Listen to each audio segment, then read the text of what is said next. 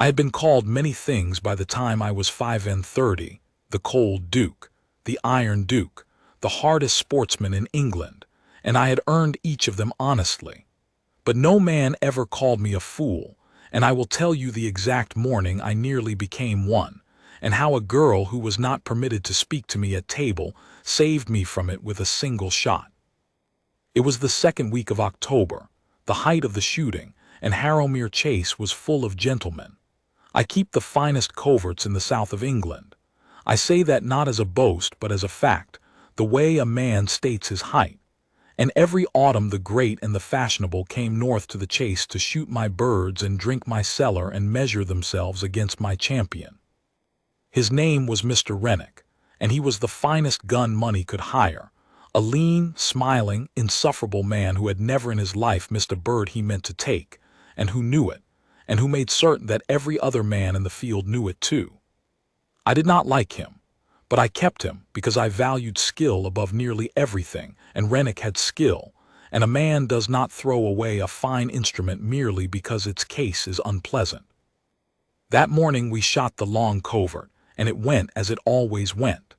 Rennick killed cleanly and often and loudly. The gentleman killed less cleanly and made excuses. And I stood at my peg and took my birds without a word, because I have never seen the use of talking while shooting, and the whole glittering business bored me to the marrow of my bones. I was the richest and most feared man on that hillside, and I could not have told you the last time anything had surprised me. And then over the far end of the line, a bird got up wrong. It came out of the covert low and fast and curling, the hardest bird in shooting, a bird 9 gentlemen in 10 will wave at and miss and pretend they never meant to fire. It swung down the line behind the guns, behind the pegs, into the dead ground where no one was placed and no one was watching, a lost bird, a wasted bird, and someone killed it. I heard the shot. One shot from down among the loaders and the beaters and the servants, from the low ground behind the line where no gentleman stood, and the curling bird folded stone dead in the air and dropped. It was, I say it plainly, one of the finest shots I had ever seen taken in my life. It was a shot Rennick himself could not have made one time in 3, taken snap, off balance, at a bird already lost, by someone standing where no one should have been shooting at all. I turned. Everyone turned. And there, among the canvas cartridge bags and the spaniels, holding a plain, worn fowling piece that had plainly gone off, stood a girl. She could not have been more than 23.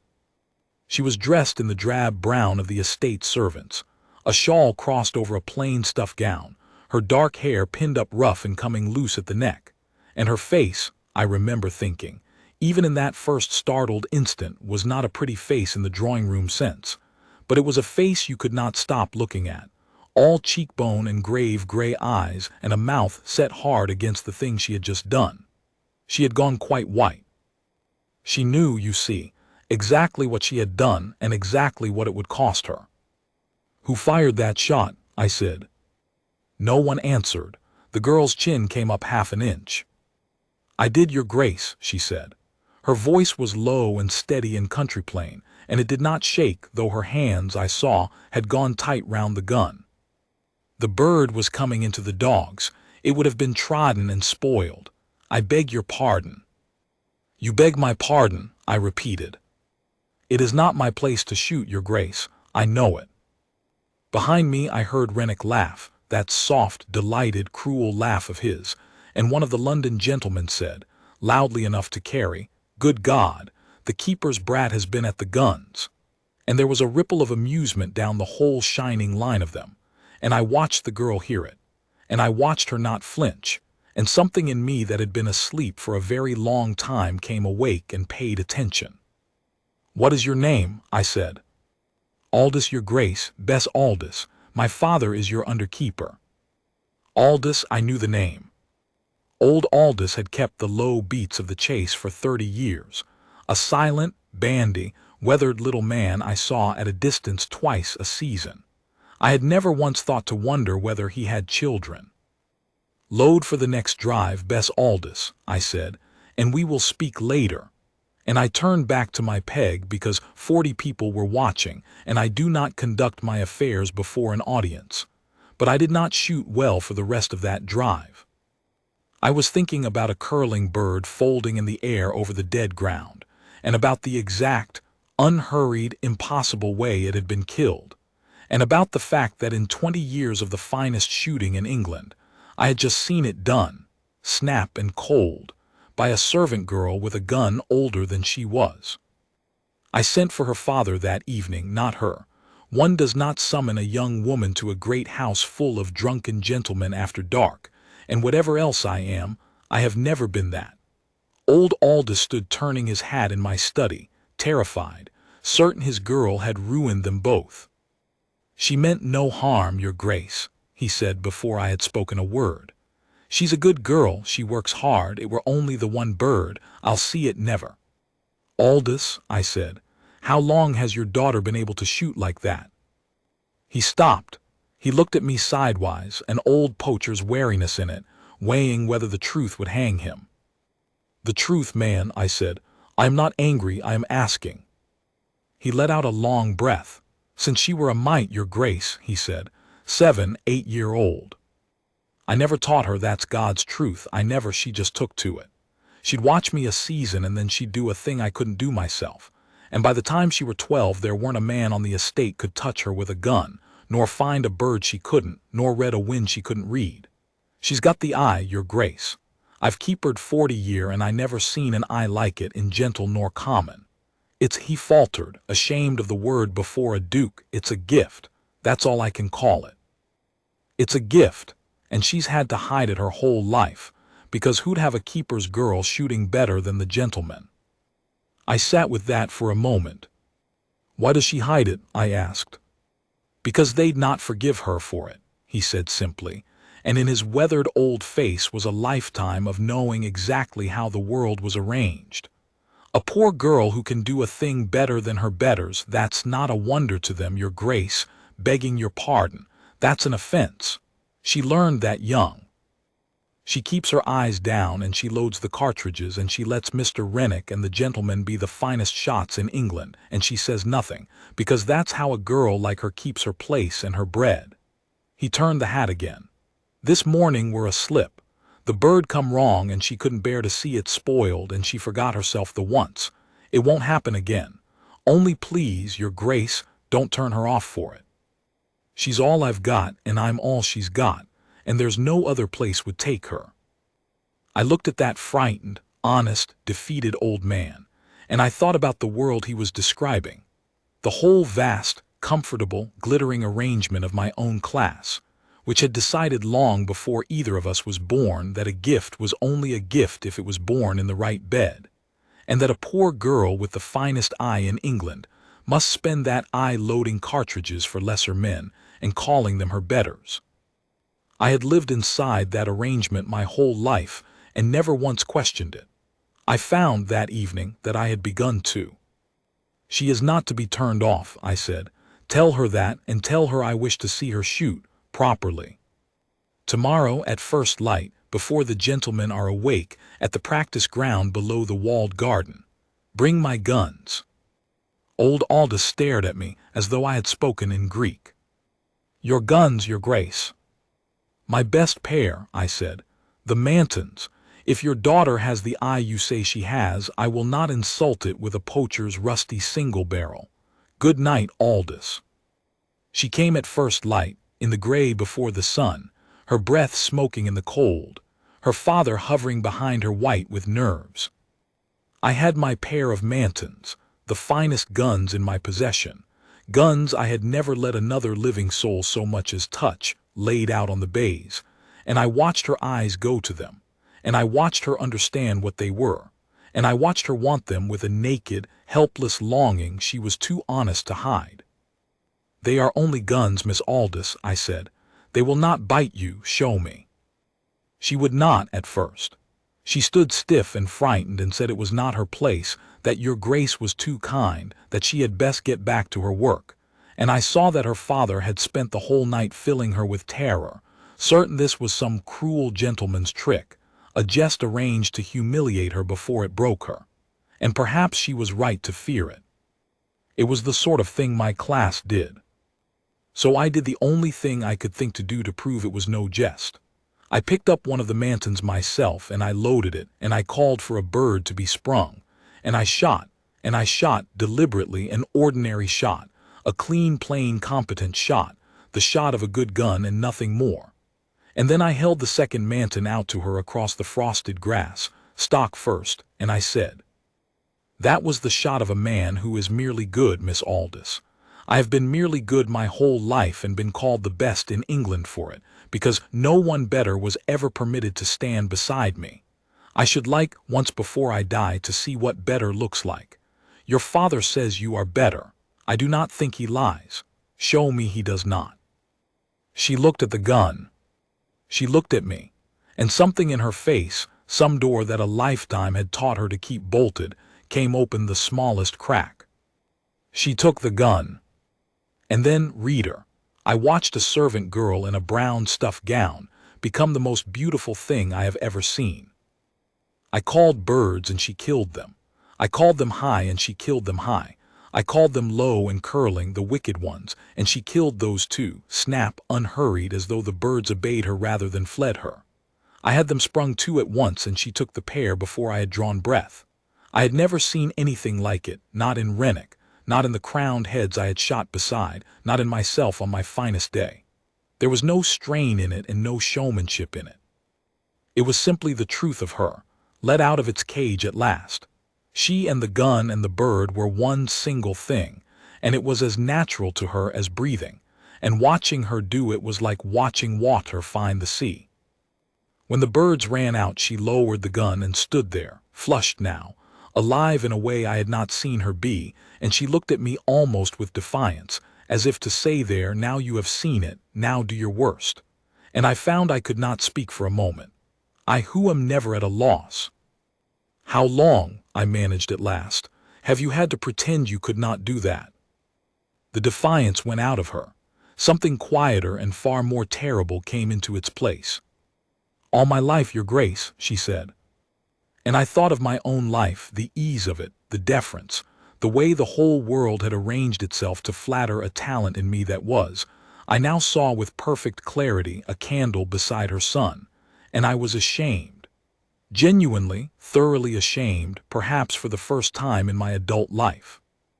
This was the finest natural gift I had ever encountered in any human being, and it had been born into a brown stuff gown, and so the world had ordered it to load cartridges and hold its tongue, and it had obeyed for 23 years, because the alternative was to starve. "That is a sin, Miss Aldous," I heard myself say. "Not yours, ours. It is a sin, and I have been part of it my whole life without once seeing it, and I find I can no longer bear to be." She stared at me. I do not think anyone of my station had ever spoken to her as though she were their equal in the eyes of God. I found I wanted, very badly, to be the first, and to go on being it. I will not pretend the next weeks were simple. I was a duke, and she was my underkeeper's daughter, and there is no country in the world where that is a simple thing. But I had, that gray morning, made a private vow that the world would learn what I had learned, and I am not a man who breaks his vows. I began to shoot with her. Quietly, at first, dawn practice at the walled garden, only her father there. The guns I had never shared, now hers as much as mine. And in those cold, bright mornings I came to know Bess Aldous, and I found that the eye was the least of her. She was unlettered but not unwise. She had a dry, level, unhurried way of seeing the world that cut through cant like a blade. She had read 3 books in her life and thought harder about them than the gentleman in my dining room had thought about anything. She laughed rarely, but when I earned it, and I found myself working absurdly to earn it, I who had never worked to earn anything, it changed her whole grave face like sun coming over the down. She did not flatter me. She was, I think, the first person in my adult life who did not want a single thing from me, and who therefore told me the truth, and I discovered that, after a lifetime of flattery, the truth was the only thing I had ever really been starving for. I was, in short, and to my own considerable astonishment, falling in love with the keeper's daughter. And I could see, though she guarded it fiercely, that she was not indifferent to me, that a warmth came into those grave gray eyes when I rode down at dawn, that she had begun to laugh a little more readily, that once, when my hand covered hers on the gunstock to correct a grip that needed no correcting, she did not draw it away. But she never once let herself forget what she was and what I was. "You'll marry some pale lord's daughter, your grace," she said to me one morning plainly, not bitterly, mending a strap while the mist burned off the down, with a voice like a bell and 10,000 a year, "and you'll shoot with me at dawn and dance with her at night. And that's the way of the world, and I'll not be sorry for it, because I've had the guns and the mornings, and that's more than a girl like me had any right to." She tied off the strap. "So don't go making me any promises, your grace." I couldn't bear a promise. A promise is a thing that gets broke. I said nothing, but I resolved, in that moment, that I would make her exactly one promise in my life, and that I would keep it before the whole sneering world, and that she would believe in promises again if it was the last thing I did. The chance came at the season's end.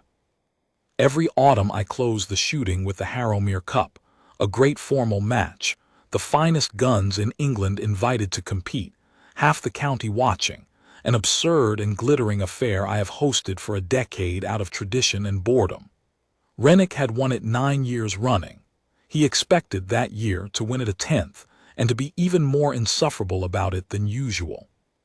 I let the whole field assemble, the gentlemen, the ladies under their parasols on the terrace, the county come to watch, Rennick preening at the head of the line.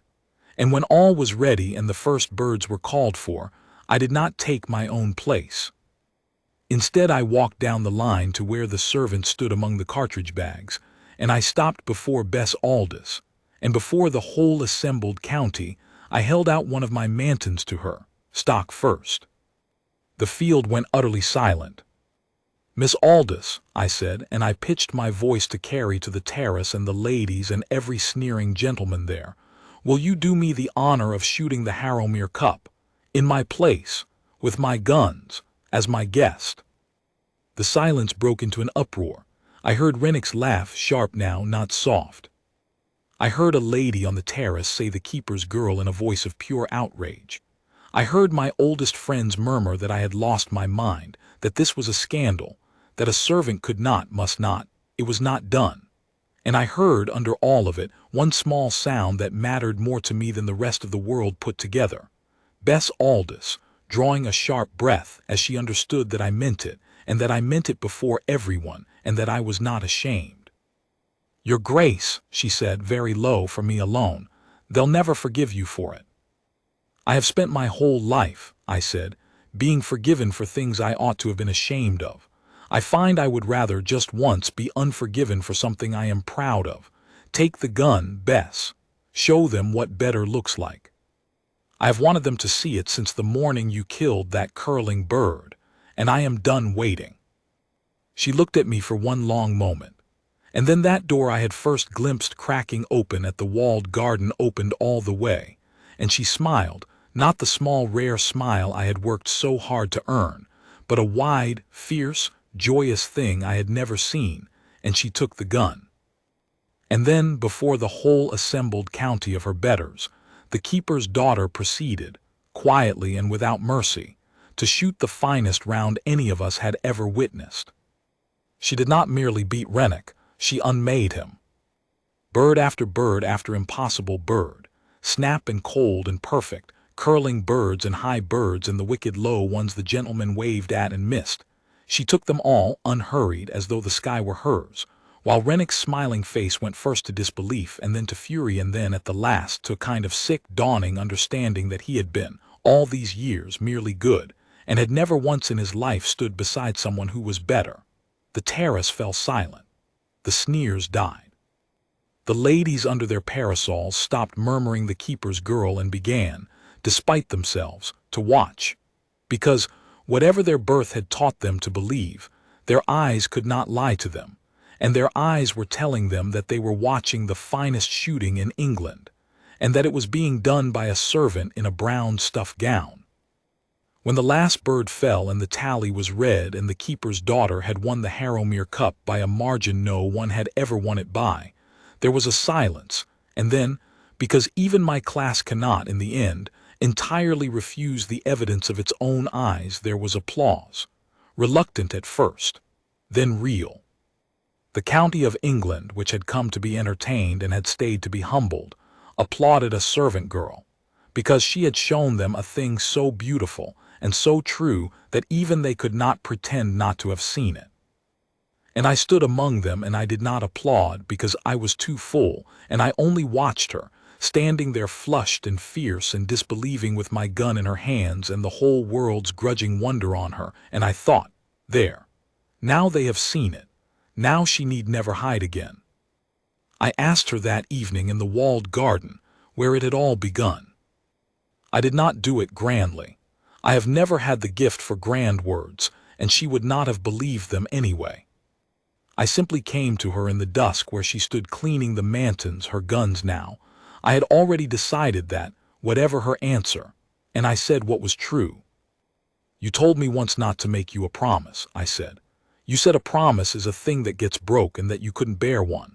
I have thought about that every day since, and I have come to make you one anyway and to spend the rest of my life proving to you that a promise need not be broken, that some men keep them, and that I am one, and that I will be one to you until I die. I took a breath. My hands, I will confess, were not entirely steady, and I am not a man whose hands shake. Marry me, Bess. Not the keeper's girl and the Duke. I am done with that arrangement. I unmade it today before the whole county, and I would unmake it 1,000 times. Marry me as the finest shot in England marries the second finest, who loves her, and who has never in his life been surprised by anything until she killed a curling bird over the dead ground and woke him up. Marry me.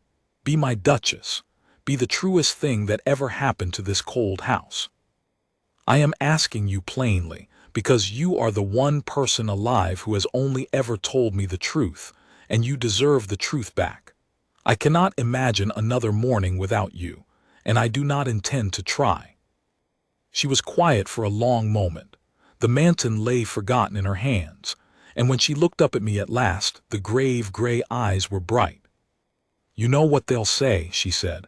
A duke and a keeper's girl, they'll never let you forget it, not in your lifetime. Let them remember it, I said, every single day. I intend to.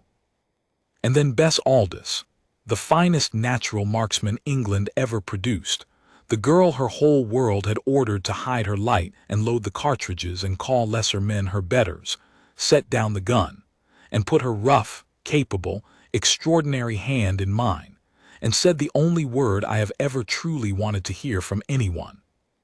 Yes, she said, yes, then, God help us both. Yes. We were married before the frost in the little church below the Chase, and half the county came to disapprove and stayed to be charmed, because she charmed them the way she charmed the birds out of the sky, without trying, simply by being wholly and unashamedly herself. Rennick left my service and I did not replace him. There was no need. My Duchess keepered the finest coverts in England for 40 years, and taught every child of ours to shoot, girls and boys alike, and would let no one, ever, to the end of her days, tell a poor child that a gift was only a gift if it was born in the right bed. People still speak of the Harrowmere Cup, the year the keeper's daughter shot it. They tell it as a wonder, and it was won. But I was there, and I will tell you the truer wonder, the one they miss. It was not that she could shoot like that. It was that she had been able to shoot like that all along in silence for 23 patient years, and had never once let it turn her bitter, and that when the world finally, grudgingly opened its eyes and saw her, she did not make it pay. She only smiled that wide, fierce, joyous smile, and married the man who had wanted, more than anything he had ever wanted, simply to see her seen. I was the coldest, hardest, most feared man in England. She warmed the whole of me, in a walled garden at first light, with a borrowed gun, and I have thanked God every morning since for a curling bird over the dead ground, and the girl who could not bear to let it be wasted.